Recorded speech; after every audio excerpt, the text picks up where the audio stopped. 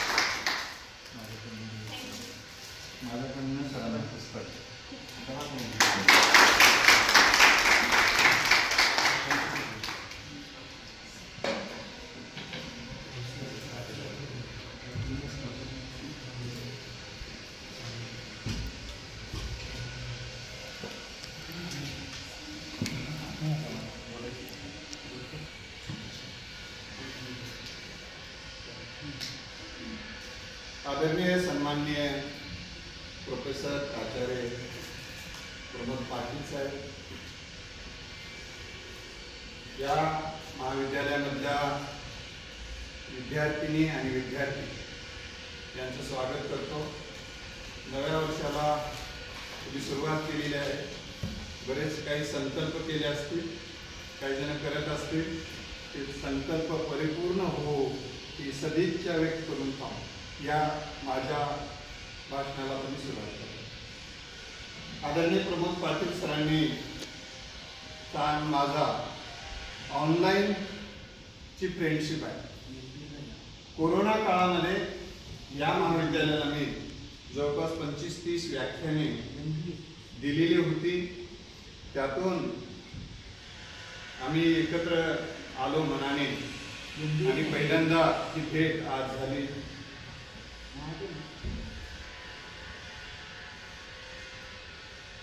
आज जे मी काही बोलणार आहे तुमच्या जीवनात परिवर्तनाच्या संदर्भात बोलणार आहे.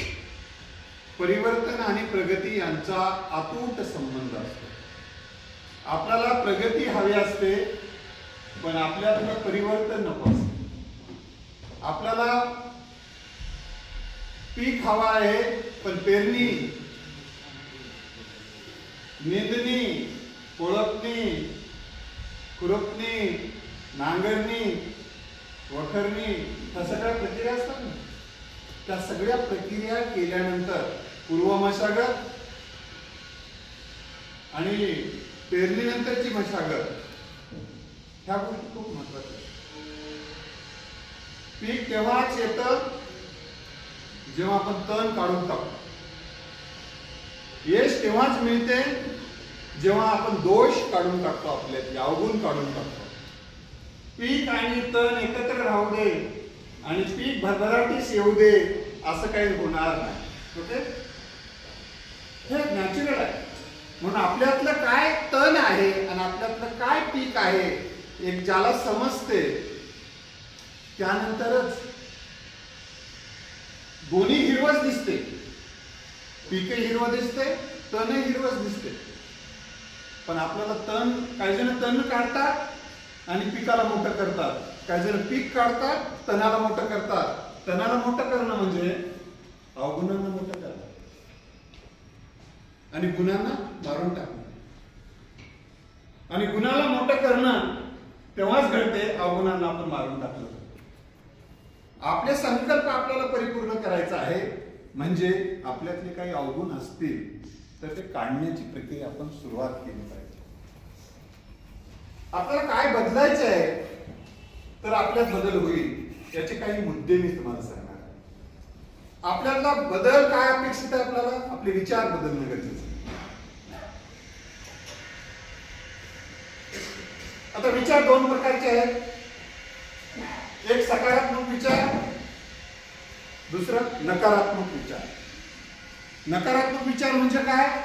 जी माणसं नकारात्मक विचार करतात त्यांना संधीतही संकट दिसतात. आणि जी माणसं सकारात्मक विचार करतात त्यांना संकटातही संधी दिसते. विहिरीत पाणी असणं आणि विहिरीत पाणी नसणं. आता विहिरीमध्ये खूप पाणी आहे, पोहणाऱ्यांना ती संधी वाटते, ज्याला पोहायला येत नाही त्यांना ते संकट वाटते. म्हणजे स्किल असणं जीवनामध्ये, म्हणजे पोहण्याचं स्किल असेल तर तुम्हाला इतरांच्या दृष्टिकोनातून जी समस्या आहे तुमच्या दृष्टिकोनातून ती संधी होती. म्हणजे संकट नाहीत, आपल्याकडे स्किल नाही. संकट नाही समाजात, आपल्याकडे स्किल नाही आणि क्षमता नाही. आपल्या क्षमता वाढवणं, आपलं स्किल वाढवणं म्हणजे आपल्या प्रगतीचा पाया आहे. त्यासाठी आपले विचार बदलला, आयुष्य बदलेल. आपल्याला बदलायचं काही नसेल तर आपल्यात काही बदल घडणार नाही. कोणीतरी येईल आणि आपल्यात बदल घडेल. आजचे दिन आपण आणलं तरच येतात, आजचे दिन कोणी आणून देत नाही. या शिवाजीराव भोसले 5 छत्रपती असं कोणी म्हणत नाही. छत्रपती होण्यासाठी ध्येय ठरवावं लागतं. छत्रपती शिवाजी महाराजांनी ध्येय ठरवलं होतं ना, कशाचं? स्वराज्य निर्मितीचं आणि समाजावरचं संकट दूर करण्याचं. आपल्याला तर आपल्या जीवनातले संकट दूर करायचे, आपल्या कुटुंबातलं जीवन संकट दूर करायचे आहेत. म्हणजे छत्रपती शिवाजी महाराजांनी संधी बघितली स्वराज्याच्या निमित्तानं आणि त्या काळातही अनेक जण होते त्यांनी संकट बघत बसले, ते घरात बसले.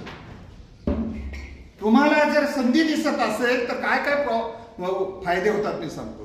जेव्हा माणसाला संधी दिसते तेव्हा उत्साह वाढतो, संधी दिसते तेव्हा आत्मविश्वास वाढतो आणि संधी दिसते तेव्हा गती वाढते आणि संधी दिसते तेव्हा प्रगती पण त्या दिशेने माणूस प्रत्येक पाऊल टाकतो. भटकण्यालाही पावलं टाकावे लागतात आणि प्रवासालाही पावलं टाकावी लागतात. भटकणारा ही पावलं टाकतो आणि प्रवास करणाराही पावलं टाकतो. भटकणारा पावलं टाकतो त्याला दिशा नसते आणि प्रवासातही पावलं टाकले जातात, प्रवासाला दिशा असते.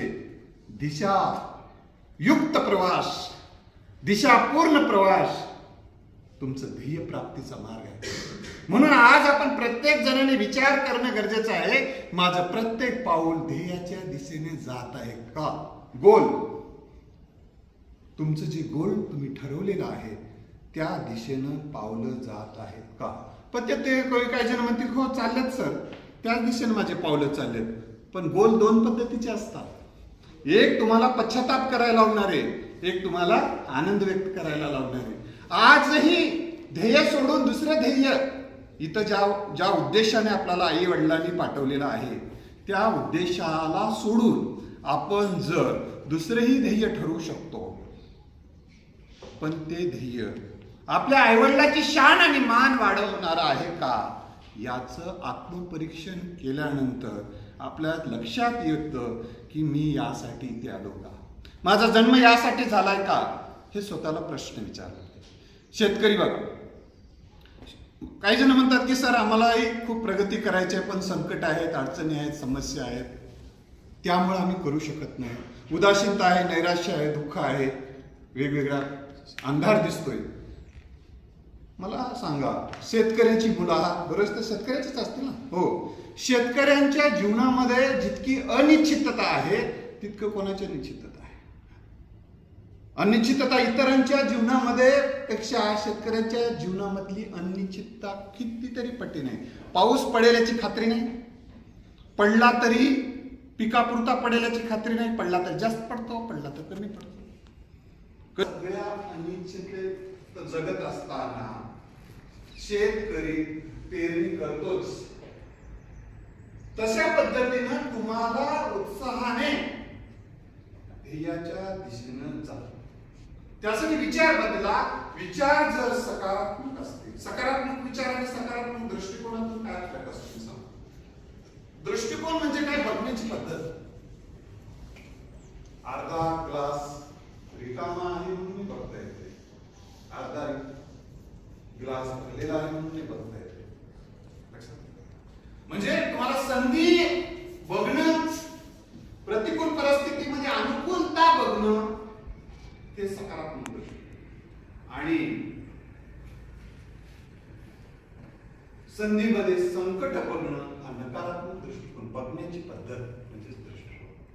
तुम्ही दृष्टिकोन बदला. प्रत्येक ठिकाणी संधी, प्रत्येकात चांगुलपणा शोधायला शिका. आपल्याला बरीचशी माणसं आवडत नाही, घरातली आणि घराबाहेरची. काही जणांना घराबाहेरची आवडतात, घरातले आवडत नाही. काही जणांना घरातले आवडतात, घराबाहेरची आवडत नाही. कशाला? म्हणजे हे न आवडणे सुद्धा तुमचे मानसिक अडथळे आहेत तुमच्या जगण्याचे. आवड न आवडणं, याचा चेहरा बदला की मुडाव, त्याचा चेहरा बदला की मुडाव, त्याची आठवण आली की मुडाव. दिवसभरात काय अनेकदा मुडाव होतात. मुडाव होणं म्हणजे एखाद्या रस्त्याला जात असताना अनेकदा गाडी बंद पडली, अनेकदा गाडी बंद पडणं, पुन्हा स्टार्ट करायचं, पुन्हा चालू करायचं, पुन्हा जायचं, असं होते काही जणांचं. त्याच्यामुळे तिची गतीने गाडी जायला पाहिजे. गती आणि अचूकता प्रगतीचं लक्ष्य. मग तुमची गती थांबते, तुम्ही स्वतः मानसिक दृष्ट्या समर्थ बनणार. तर तुम्ही तेव्हाच बनू शकता मानसिक दृष्ट्या समर्थ, जगातल्या कुठल्याही शक्ती, व्यक्ती, परिस्थिती, घटना, प्रसंग माझ्या माइंडवर काही परिणाम करू शकत नाही. जगातली कुठलीही शक्ती मला डिस्टर्ब करू शकत नाही, मला अस्वस्थ करू शकत नाही. माझा मार्ग कोणी अडवणार असेल तर मी उडून पुढे जाईल. आत्मविश्वास जर तुमच्यात असेल, लाट मारली तर पाणी काढण्याची हिंमत घेऊन जे वाटचाल करत असाल, तर जगातली कुठली शक्ती तुम्हाला तुमचं ध्येय प्राप्तीपासून रोखू शकते. बऱ्याच जण ड्रेसिंग छान करून येतात, खूप खुश असतात, चेहऱ्यावर पण आनंद असते, पण त्यांना नको असणारा व्यक्ती दिसले की मुडाव. तुमचा नाही बघ, काही जणांचं नको ती व्यक्ती दिसली की मुडाव, कोणीतरी दिसते. मग काही जण काय करतात माहिती आहे, ती आलेली आज जन्मगाठात आलेली आहे, खरंच पॉश मध्ये आलेली आहे, तिला पाठवा तिच्या समोर, तिला दिसली की मुडाव. हे तुमचा मुडाव म्हणजे अनकंट्रोल. तुमचं लाईफ दुसऱ्याच्या हातात दिलेलं आहे. तुमच्या गाडीचे ब्रेक जर दुसऱ्यांच्या हातात असतील, जे धोकादायक. तुम्हाला घोड्यावर बसवले आणि जर ते लगाम दुसऱ्याच्या हातात असते, तुम्ही फक्त बसून राहा म्हटले पाठीमागे, त्याने लगाम सोडून दिले की तुम्ही घोड्यावर पळता. तसं तुम्ही आजपासून ठरवा की मला जगातल्या कुठलीही शक्ती डिस्टर्ब करू शकत नाही. अरे त्या एखाद्या शब्दाने तुमचं वजन असते 70 किलो, त्या शब्दाचं वजन किती असते मोजून बघा वगैरे गेलं, काहीच नसते. एवढंसा शब्द तुमचं 50 किलोचं वजन असते, गडबडून जात. काही असं जेवण करत नाही, झोपत नाही, अभ्यास करा वाटत नाही, मन लागत नाही. काही जण म्हणतात म्हणून जबाबदारी. कुठला शब्द, हे शब्द तुमचं आयुष्य परत करते. ते कशाचं लक्ष नाही, मानसिक दृष्ट्या नाही. तुम्ही स्वतःला असं म्हटलं पाहिजे, जगात अजून कुठलाही शब्द तयार झाला नाही मला डिस्टर्ब करणार. लोक हसतात, त्याचं तुम्हाला दुःख वाटतं. लोक तुमचं ऐकत नाही, त्याचं दुःख वाटते. तुमच्या मनासारखं घडत नाही, याचं दुःख वाटते. मनासारखा पसंत होत नाही, याचं दुःख वाटते. मनासारखी मिळत नाही, आलेली हातातून जाईल की काय याची धाकधूक आहे. म्हणजे काहीतरी सातत्यानं स्वतःला डिस्टर्ब करण्याच्या अनेक संधी तुम्ही सोडत राहता, किंवा आपल्याला मिळाली नाही पण त्याला मिळाली याचं दुःख आहे. म्हणजे अशा असंख्य गोष्टींमुळे अनेक जण अन्न असून, पाणी असून, घर असून, कपडे असून, सगळं काय असून त्रस्त आहे.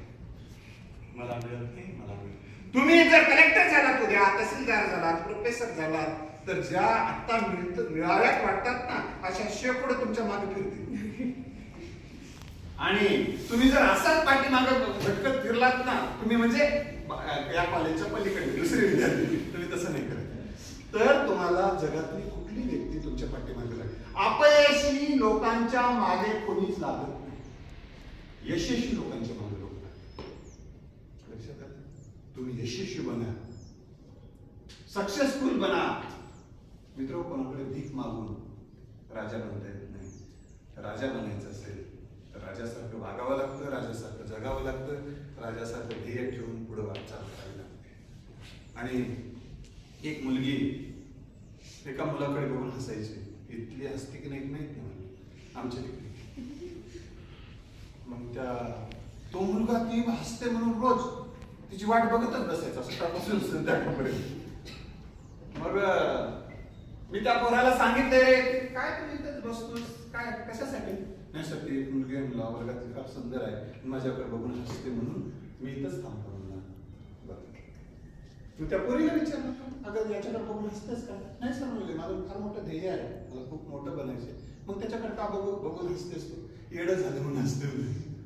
म्हणजे अहो, त्याच्या आईवडिलांनी या ठिकाणी त्याच्या ध्येय प्राप्तीसाठी ठेवलेला आहे. तो येड्यासारखा असा येडा पागल झाला म्हणून हसू येते म्हणजे सांगायचा हेतू आहे म्हणून मुलांनो, आपल्याकडे लोक जेव्हा आपण दुबळे असतो, आपण अपयशी ठरतो, तुम्ही दुबळे ठरता मानसिक दृष्ट्या, लोक हसतात. त्यामुळे आता दुसरा विषय मी तुम्हाला सांगणार आहे. सकारात्मक विचार करा की जगातली कुठली शक्ती मला माझ्या यशापासून रोखू शकत नाही. माझं प्रत्येक पाऊल ध्येयाच्या दिशेने चालेल. बरेच मुलं म्हणतात आमच्याकडे बुद्धिमत्ता नाही म्हणून मागे आहोत. ते हे चुकीचं आहे. बुद्धिमत्ता नाही म्हणून तुम्ही मागे नाही, बुद्धिमत्तेचा उपयोग करत नाही म्हणून मागे.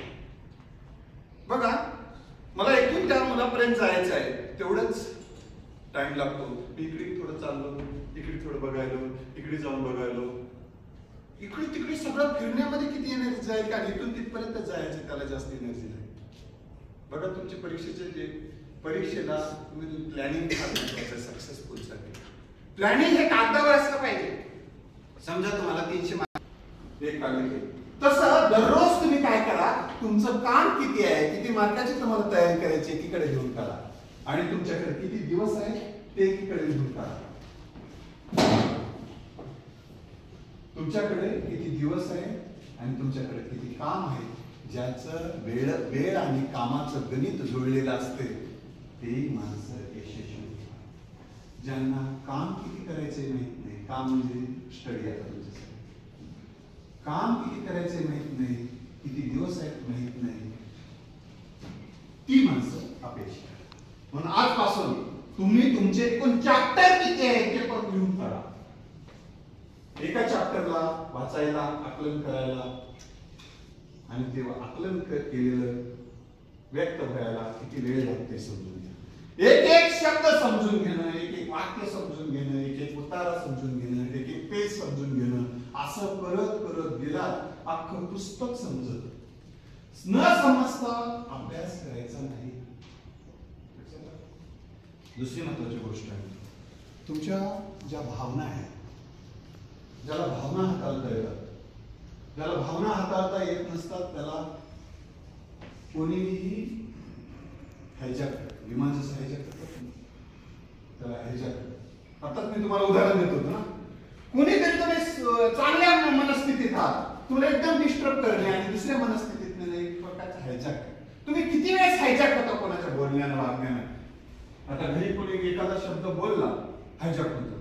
आता तुम्हाला भूक लागली होती, जेवण करायचं होतं, आता घरी जाऊन जेवायचं होतं, कोणीतरी काहीतरी बोललं, हायजॅक होतं. जेव म्हणलं ते म्हणतात भरलं पोट, कशाने शिवाय दिली आणि तुम्ही डिस्टर्ब होऊन बसता. म्हणजे असं जे हायजॅक होणं आहे, हे हायजॅक होणं जर थांबवलं तर तुमची मानसिक दृष्ट्या तुम्ही प्रगल्भ आहात असं त्याचा अर्थ आहे. तुम्ही मानसिक दृष्ट्या प्रगल्भ होणं म्हणजे जगातील कुठली शक्ती मला हायजॅक करू शकत नाही. हे तुम्ही कोणाच्याही नजरेनं, मग ती नजर मोहित करणार असू दे, नजर तुम्हाला अपमानित करणार असू दे, सन्मान देणार असू दे, अपमानित करणारे असू दे, कुठल्याच्याही नजरेनं मी माझ्या ध्येयापासून थांबणार नाही. हा एक महत्वाचा पैलू तुमच्याकडे असणं गरजेचं आहे. दुसरा एक महत्वाचा पैलू तुमच्यामध्ये, बरेच मुलं मला विचारत असतात की सर माझ्यामध्ये आत्मविश्वास का नसेल, माझ्याकडे त्याच्याकडे फार कॉन्फिडन्स आहे. कॉन्फिडन्स असणाऱ्या माणसाला न कॉन्फिडन्स असणाऱ्या माणसाच्या चालण्यातून, बोलण्यातून, बघण्यातून सगळं परिणाम होत असतो. आत्मविश्वास असणारा माणूस आणि आत्मविश्वास नसणारा माणूस हे माणसाचे दोन प्रकार आहेत. आत्मविश्वास त्याच्यातच असतो, तो सकारात्मक विचार करतो, सकारात्मक भावना बाळगतो, सकारात्मक कल्पना करतो आणि सकारात्मक दृष्टिकोन बाळगतो आणि माझं ध्येय मी परिपूर्ण करणारच आहे. जगातली कुठली कोणतीही शक्ती मला रोखू शकत नाही, यावर त्याचा श्रद्धा आणि निष्ठा, श्रद्धा लभते ज्ञान म्हणतात. असं जर असेल तर त्याचा कॉन्फिडन्स वाढतो. काही जणांना वाटतं यावेळेस पास होतच काय होते दिवसाने बघा आता पेपर कसं निघते की सेंटर कुठलं येते की, म्हणजे त्याचा कॉन्फिडन्सच नाही. कुठेही सेंटर आलं, कोणताही पेपर आला तर काहीच फरक पडत नाही. हा झाला कॉन्फिडन्स. आणि कॉन्फिडन्स नसल्यानंतर काय होते की काही नाही, कसं होते की काही नाही. मला कसं होते की काही नाही वाटायला सर झोपच येत नाही. का झोप येत नसेल तर अभ्यास करणार. माणसाचा जेव्हा काम ते व्हायला लागते, काम परिपूर्ण व्हायला लागते, त्या दिवसाचं काम, एक दिवसाचा एक मागायची तयारी, त्या दिवसाचं काम ते व्हायला की कॉन्फिडन्स. त्यामुळे आजपासून तुम्हाला जर कॉन्फिडन्स वाढवायचा असेल तर त्या दिवसाचं काम त्या दिवशी पूर्ण. आणि स्वतःसोबत काय करतो, सेल्फ टॉक. तुम्हाला सेल्फ टॉक सांगतो मी, आता जे बोललो ते सेल्फ टॉकच होता. तुम्ही स्वतःशी बोलून नका सकारात्मक. अरे यावर्षी तू मेरिटमध्ये, यस मेरिटमध्ये येणारच. का मेरिटमध्ये येणं म्हणजे काय ना, आपण जे आपल्या अभ्यासक्रमाचं पुस्तक आहे ते आकलन करणं, समजून घेणं आणि ते समजून घेतलेलं व्यक्त करणं, सराव करणं. पुन्हा पुन्हा आतापर्यंत आलेल्या परीक्षेला पेपर पाहणं, कुठल्याही प्रश्नाचं मी उत्तर देऊ शकतो असा विश्वास तुम्हाला आला की आत्मविश्वास सुरू. त्यासाठी हार्ड वर्क, वर्क, वर्क आणि वर्क हेच जगातलं यशाचं गमक आहे. जगात अपयशी लोकांच्या पाठीमागून पळवू नका तुम्ही. अपयशी लोकांच्या पाठी संगत ही फार महत्वाची गोष्ट आहे. संगत ही दोन प्रकारची असते. आता मी तुमच्या सोबत आहे, ही माझी संगत. मी गेल्यानंतर सुद्धा माझे विचार तुम्हाला तुमच्या डोक्यात भरणं, तुम्हाला आठवणं किंवा ते वाचणं, माझ्या त्या विचारासोबत राहणं ही एक संगतच आहे. काही जणांना सोबतही संगत नकारात्मक असते आणि घरी गेल्या तरी नकारात्मक संगत असेल तर त्याचा जो मेंदू आहे नीट काम करत. आता काही जण म्हणतात की त्याचं तोंड बघत नाही, तिचं तोंड बघत नाही आणि ज्याला घरात पाऊल टाकू देत नाही, माझ्या जीवनात येऊ देत नाही असं म्हणतात आणि डोक्यात मात्र काय त्यांची सायकोलॉजी रात्र तिची किंवा त्याची. आम्ही इथे येत नसेल तुम्हाला तिकडे आमच्याकडे तीच ती, म्हणजे ज्याला तुम्ही घरात घेऊ शकत नाही त्याला डोक्यात. म्हणून डोक्यातली माणसं जी नको ते माणसं, नको ते विचार, नको ते प्रश्न, नको त्या घटना मला त्रास देतात. डोक्यात किंवा मनात जसं डोळ्यातला कचरा काढणं गरजेचं असते तसं मनात चालणारे विचार, मनात चालणाऱ्या भावना, कल्पना, घटना, प्रसंग, व्यक्ती तुम्हाला त्याचं ऑपरेशन करणे गरजेचं असते. हे ऑपरेशन करण्याची सोय कोणत्या दवाखान्यात आहे. आता तुम्ही एखादा विद्यार्थी केला म्हणाला सर ती घटना, ते प्रसंग किंवा ती व्यक्ती माझ्या डोळ्यासमोरच्या याला कापून टाका बरं, किंवा माझ्या डोक्यात मर्दात आहे ते काढून टाकावं, ते येईल का, ते काढता येईल नाही. जगात याच्यासाठी कुठे औषध नाही. याचं औषध तुम्हीच आहात. जर नकारात्मक विचार, कल्पना आणि भावना तुम्हाला त्रास देत असेल तर सकारात्मक विचार, भावना आणि कल्पना करून तुम्ही ध्येयमग्न राहणं हाच त्याच्यावरचा एक इलाज आहे. हळूहळू त्या कल्पना, ते विचार आणि भावना तुम्ही बाहेर येऊ शकता. जी एखादी गोष्ट माझ्या डोक्यात येऊ नये म्हणत असाल तीच येत राहते दिवसभर. तुम्हाला आता जर मी म्हटलं आता माकडाची आठवण करू नका किंवा तुमच्या घराची आठवण करू नका, कुत्र्याची आठवण करू नका किंवा तुमच्या माणसाची आठवण करू नका असं जर म्हटलं त्याने डोळ्यासमोर येते किंवा तिने डोळ्यासमोर, बरोबर. म्हणजे जे करू नका म्हटलं ते डोळ्यासमोर हे स्वभाव. त्यामुळे या भानगडीत पडू नका. तुमच्या तुम्ही ध्येयाच्या दिशेने. शेवटचा एक मुद्दा सांगतो. तुम्हाला एकाग्रता हे यशाचं गमक आहे, बरोबर. एकाग्रता हे यशाचं काय गमक आहे. एकाग्र म्हणजे काय? एकाग्र म्हणजे काय? एकाग्र होणे म्हणजे काय? एकाग्रता म्हणजे आपल्या मनात जे ठरवलेलं असतं त्या ठिकाणी राहणं. आता हे कसं साध्य होऊ शकते? ज्या ठिकाणी आपलं मन लागावं असं वाटते तिथंच आपलं मन लागणं याला एकाग्रता म्हणतात. आता हे मन लागावं असं कधी लागेल आपलं मन? ज्या ठिकाणी माणसाचा इंटरेस्ट असतो, जिथं माणसाला रस करतो, ती त्या गोष्टीवर मन स्थिरावतं.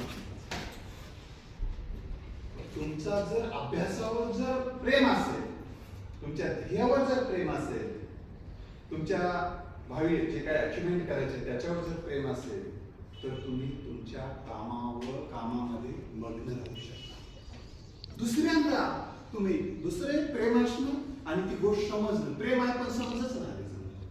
तुमच्या इंग्रजीवर खूप प्रेम आहे पण इंग्रजी समजत नाही. प्रेम असं काय करतात?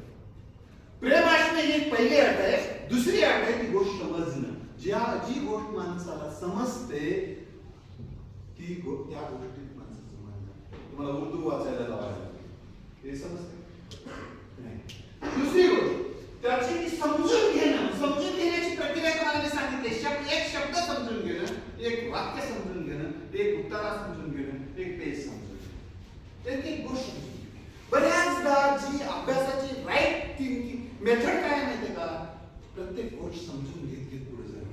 बरेच पोरं वाचतात, बऱ्याच पोरी वाचतात, न समजून घेता वाचतात. आपल्याला एखाद्याला म्हटलं वाचलाच का? हो वाचलं. पहिलं वाक्य काय होतं? आता वाचला नव्हतास का? तेव्हा त्याचं मन एकाग्र. तर मन एकाग्र राहण्यासाठी पहिली गोष्ट प्रेम पाहिजे. पण पुस्तकावर नाही ना प्रेम पाहिजे म्हणजे दुसरीकडे नाही. माझं तर आहेच की, ऑलरेडी आहेच. ते आता मी पूर्ण केली म्हणजे पुस्तकावर समजलं. त्यानंतर ती गोष्ट समजणं. त्या गोष्टी समजले, प्रेम आहे आणि समजले पण त्या गोष्टीचं काहीच महत्व नाही असं. ती गोष्ट महत्वाची आहे असं वाटणं हा दुसरा. I am very very very I am. म्हणजे तुम्ही काय करायचं? प्रत्येक प्रकरण व्हेरी आय एम समजेल. जेव्हा तुम्ही आय एम पी आहे म्हणून वाचता, कोणीतरी तुम्हाला सांगते हे काही चॅप्टर महत्वाचं नाही बरं का, ते काही चॅप्टर महत्वाचं नाही. यानं सांगते पहिला महत्वाचा नाही, दुसरं मित्र सांगते दुसरा महत्वाचा नाही, सर सांगतात तिसरा काही महत्वाचा नाही. का? ते दुसरे पहिले दोन करशील ठीक वाटते म्हणून म्हणते. ते तिसरा काही तेवढं नाही, पहिले दोन नीट. पहिले दोन कोणी नाही म्हणलेले असते. म्हणजे जी गोष्ट आपल्याला कोणीतरी सांगते की महत्वाची नाही, आपण तीच गृहीत धरतो. म्हणून पहिल्यांदा लक्षात ठेवा, प्रत्येक गोष्ट महत्वाची समजून अभ्यास करा, तुमचं मन लागायला सुरुवात होते. त्याचे फायदे लक्षात घ्या. तुम्ही जर चांगल्या पद्धतीने अभ्यास केला, कृषीमधून एमपीएससी झाला, पुढे यूपीएससी झाला, तुम्ही अधिकारी होऊ शकता, कलेक्टर होऊ शकता, तहसीलदार होऊ शकता, कृषी अधिकारी होऊ शकता. कुठल्याही क्षेत्रामध्ये तुम्ही टॉपवर जाऊ शकता. पण टॉपवर जाण्यासाठी टॉपवरचे विचार करावे लागतील ना. टपरी विचार करून चालते. सोनं प्राप्त करण्यासाठी किंमतही मोजावं लागेल ना. लोखंडाची किंमत देऊन सोनं मिळतं का? हिरा मिळतो का? मग आपल्याला आपण किंमत द्यायला तयार आहोत लोखंडाची, हवा आहे आपल्याला सोनं, तर कसं मिळेल? म्हणून त्यासाठी तुम्हाला किंमत तेच द्यावी लागेल. बाजूला पोरग जरी म्हटलं किंवा पोरगी जरी म्हटलं येतोस का रे पिक्चरला नेते माझ्या पैशानं म्हटलं तरी नको.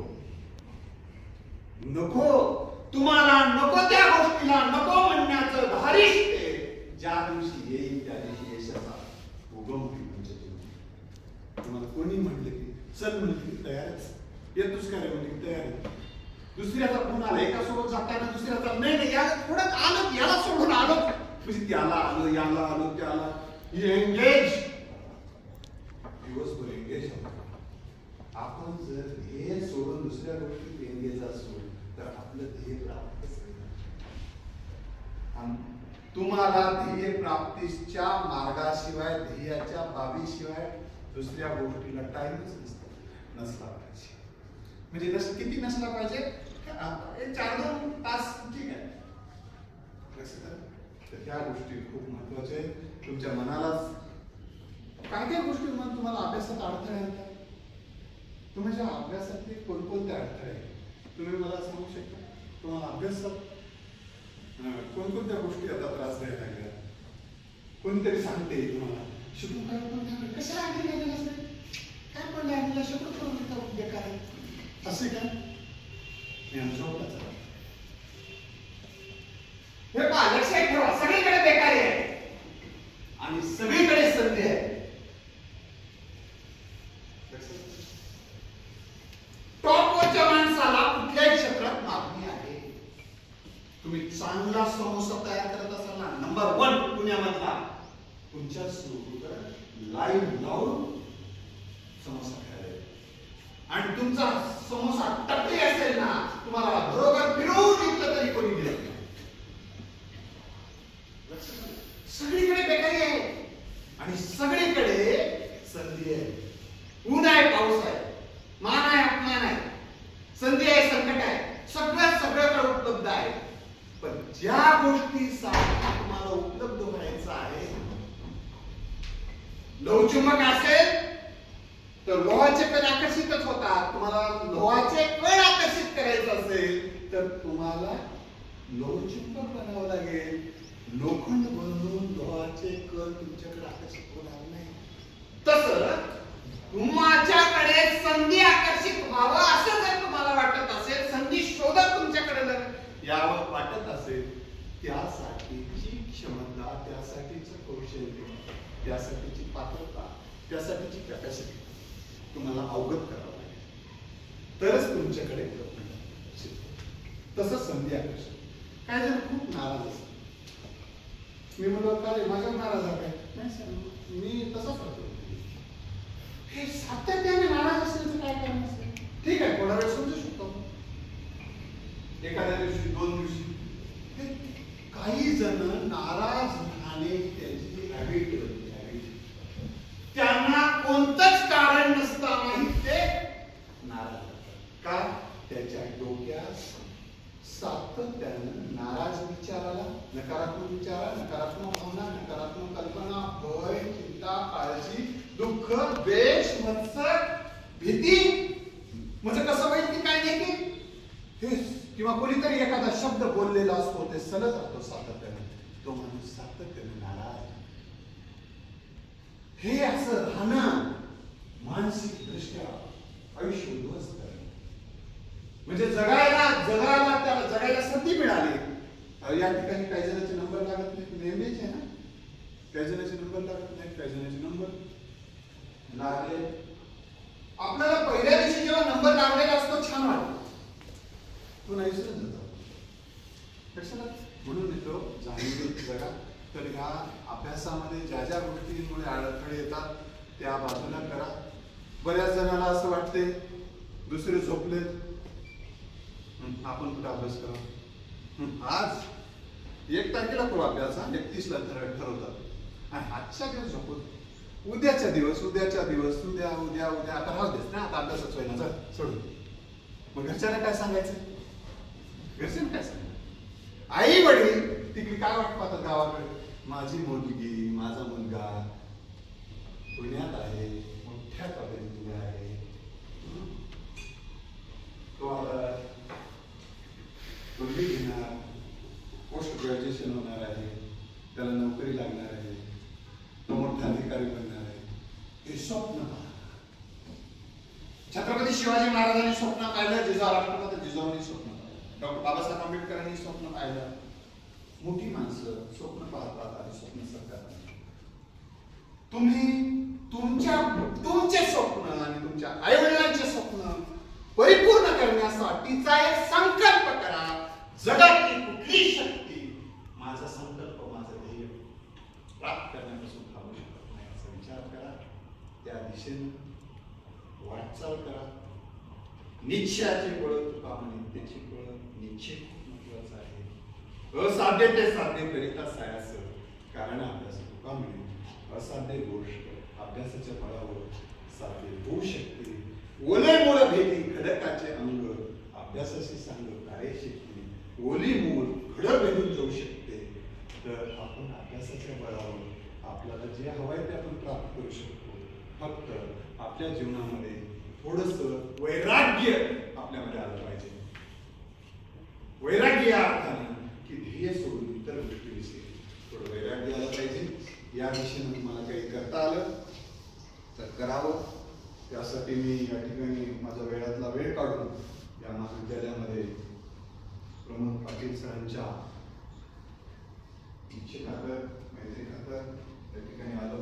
इतके छान महाविद्यालयामध्ये मला येता आलं. बऱ्याचदा पुण्याला येतो, त्या समोरून मी जातो बघतो कॉलेज, पण आज इथं संधी मिळाली.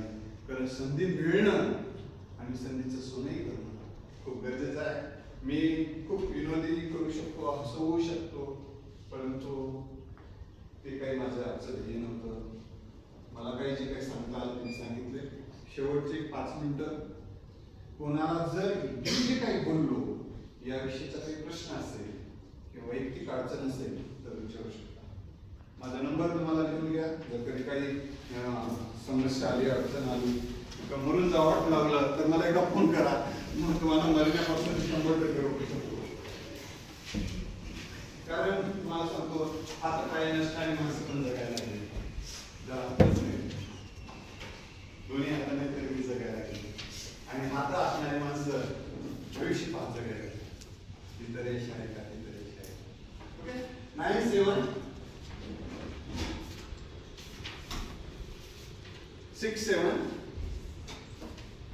704 604 604 97670704 आणि काही गोष्ट लक्षात ठेवा. अनावश्यक काहीच गोष्टी करायचं नाही. अनावश्यक जितकं वाढत जाईल आयुष्यात तितकं अपयश वाढत. मी जेव्हा इथं आलो, तुम्हाला कुठलंही अनावश्यक मी कसं आलो, कसं आलो, मला कसं यावं लागलं, असं खरंच गोष्टी नाही. पण काही एखादा प्रश्न असेल कोणाच्या मनात चालणार आहे मग कागदावर लिहून द्या. जर तुम्हाला समजा वाटतं एखादा प्रश्न जर विचारा वाटतं तर विचारा. आपण या ठिकाणी थांबू.